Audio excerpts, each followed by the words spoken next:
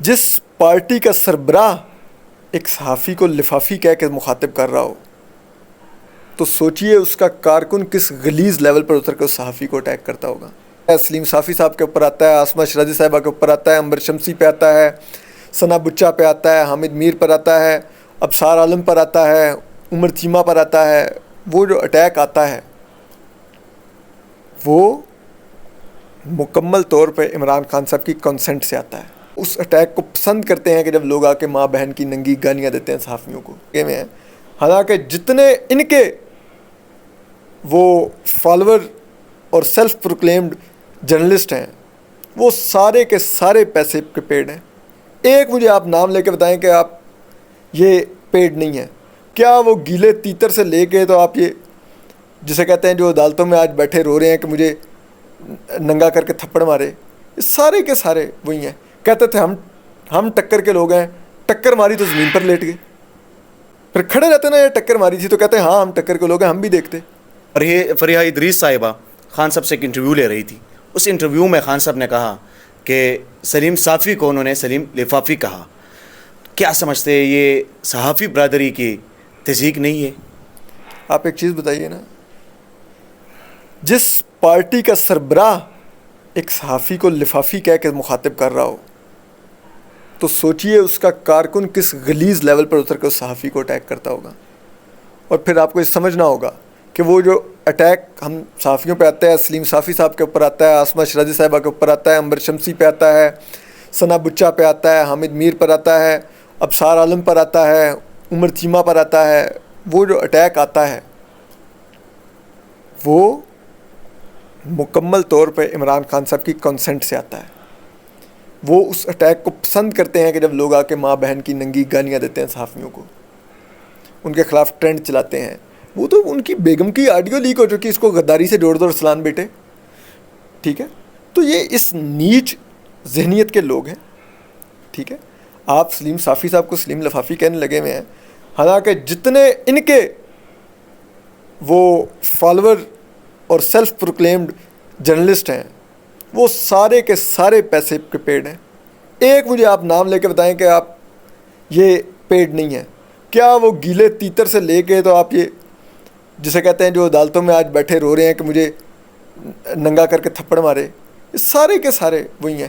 کہتے تھے ہم ٹکر کے لوگ ہیں، ٹکر ماری تو زمین پر لیٹ گئے، پھر کھڑے رہتے نا، یہ ٹکر ماری تھی تو کہتے ہیں ہاں ہم ٹکر کے لوگ ہیں، ہم بھی دیکھتے۔ ان کو مارا گیا، انتہائی قابل مذمت ہے، ان کے کپڑے اتارے گئے، انتہائی قابل مذمت ہے۔ اس پر جن لوگوں نے کیا اگر وہ پولیس کے ہیں تو ان کو سروس سے ڈسمس ہونا چاہیے، اگر ان کا تعلق فوج سے ہے ان کو کورٹ مارشل کر کے بغیر پرکس کے ڈسمس کرنا چاہیے۔ لیکن بھائی کچھ تھوڑی گریس ہی دکھا لیتے۔ ہم جس دھرتی میں پیدا ہوئے ہیں وہاں کے بارے میں فیض کہتا تھا کہ جس دھج سے کوئی مقتل میں گیا وہ شان سلامت رہتی ہے، یہ جان تو آنی جانی ہے، جان کی کوئی بات نہیں۔ اس دھرتی کے آپ پیدا ہوئے ہیں اور آپ کھڑے ہو کے رو رہے ہیں، آپ کہتے ہیں میری آکسیجن کدھر ہے، میری آکسیجن کدھر ہے، اس قسم کے ڈرامے شروع کر دیتے ہیں، فلمز میں آ کے آپ ٹہلنے لگ جاتے ہیں۔ مطلب یار یہ تو نہ کریں نا، اس طرح تو ہمیں شرمندہ نہ کروائیں۔ اس ملک کے سیاستدانوں نے کھڑے ہو کے جیلیں کاٹی ہیں۔ پرویز رشید صاحب نے اتنی مار کھائی تھی کہ جب ان کی بیٹی ان کو ملنے کے لیے آئی تو ان کی پوری شلوار خون سے بھری ہوئی تھی۔ پہلی دفعہ جب بیٹی باپ کے گلے رکھ کے روئی تو پرویز رشید کی آنکھوں میں آنسو آئے، ٹارچر سے آنسو نہیں آئے، نہ ہی اس نے جیل کا سامنا کرنے سے وہ بندہ رویا۔ رانا ثناء اللہ کو آپ نے موت کی کال کوٹھڑی میں بند رکھا، زمین پر سلایا کئی ماہ، وہ رویا نہیں۔ میاں جاوید لطیف کو آپ نے موت کی کال کوٹھڑی میں ڈلوا کے بند رکھا، وہ آیا کھڑا ہوا عدالت میں، اس نے کھڑے ہو کے کہا کہ میں اپنے ایک ایک لفظ پہ قائم ہوں جو میں نے کہا ہے۔ آصف زرداری 8 10 سال آپ نے جیل میں ڈال کے رکھا۔ وہی آصف زرداری قومی اسمبلی میں کھڑے ہو کے کہتا تھا کہ خان صاحب آپ ہمیں دوبارہ جیل میں ڈال لیں، ہماری خیر ہے، آپ جس دن جیل گئے تو بڑی مشکل ہوگی، ٹھیک ہے؟ اور مشکل ہوئی، اب روتے پھر رہے ہیں ان کے لوگ، ٹھیک ہے؟ آپ اسی جاوید ہاشمی کو دیکھ لیں، آپ نے 7 8 سال فوج نے جیل میں ڈال کے رکھا مشرف دور میں۔ جاوید ہاشمی ایک دفعہ بھی آپ کو آنکھوں میں آنسوؤں کے ساتھ نہیں نظر آیا۔ یار آپ اس دھرتی سے تعلق رکھتے ہیں جہاں پہ کہا جاتا ہے کہ جناب وہ میرا سسرال ہوتی ہے جیل اور ہتھکڑی میرا زیور ہے. اس ملک میں آپ کو 2 پیشیاں کیا بھگتنی پڑ گئی, آپ رونے لگ گئے. وہ شیخ رشید صاحب کہہ رہے تھے میں نے ٹوتھ پیسٹ اور وہ پیک کر لیا, میں نے جس دن لے کے جانا ہے, اور اس سے تیسرے دن دبئی چلے گئے فلائی کر کر. مطلب یار جائیں نا, جیل کیا ہو جاتا ہے؟ یقین کریں مجھے صبح ڈالنا چاہیے ڈال دیں, مجھے کچھ پرواہ نہیں ہے, ڈال دیں گے ٹھیک ہے. اس ملک میں پیدا ہوں, ایک جیل بھی بھگت لیں گے اپنی. اگر مجھے لگتا ہے کہ میں سچ بولتا ہوں تو میں اپنے اس سچ کی قیمت ادا کرنے کو تیار ہوں, کسی بھی وقت میں کر لوں گا. پہلے بھی کی ہے, کل بھی موقع آیا تو اسی ثابت قدمی سے انشاءاللہ وہ قیمت ادا کریں گے.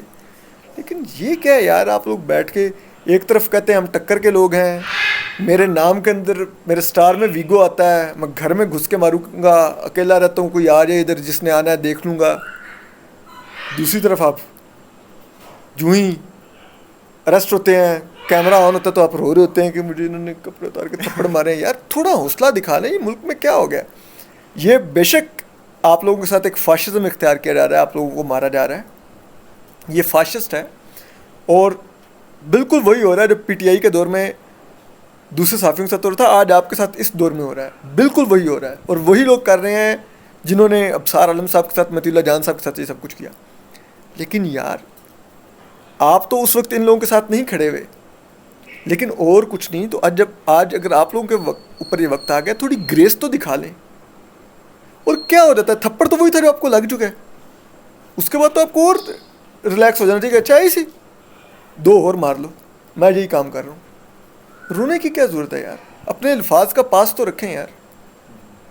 مجھے بڑی حیرت ہو رہی ہے ان کے لوگوں کے اوپر کہ جناب, وہ پھر مجھے زرداری صاحب بھی یاد آ جاتے ہیں, انہوں نے کہا تھا کہ ہم نے تو کاٹ لی, آگے بھی کاٹ لیں گے, آپ لوگ جس دن گئے تو بڑی مشکل ہوگی.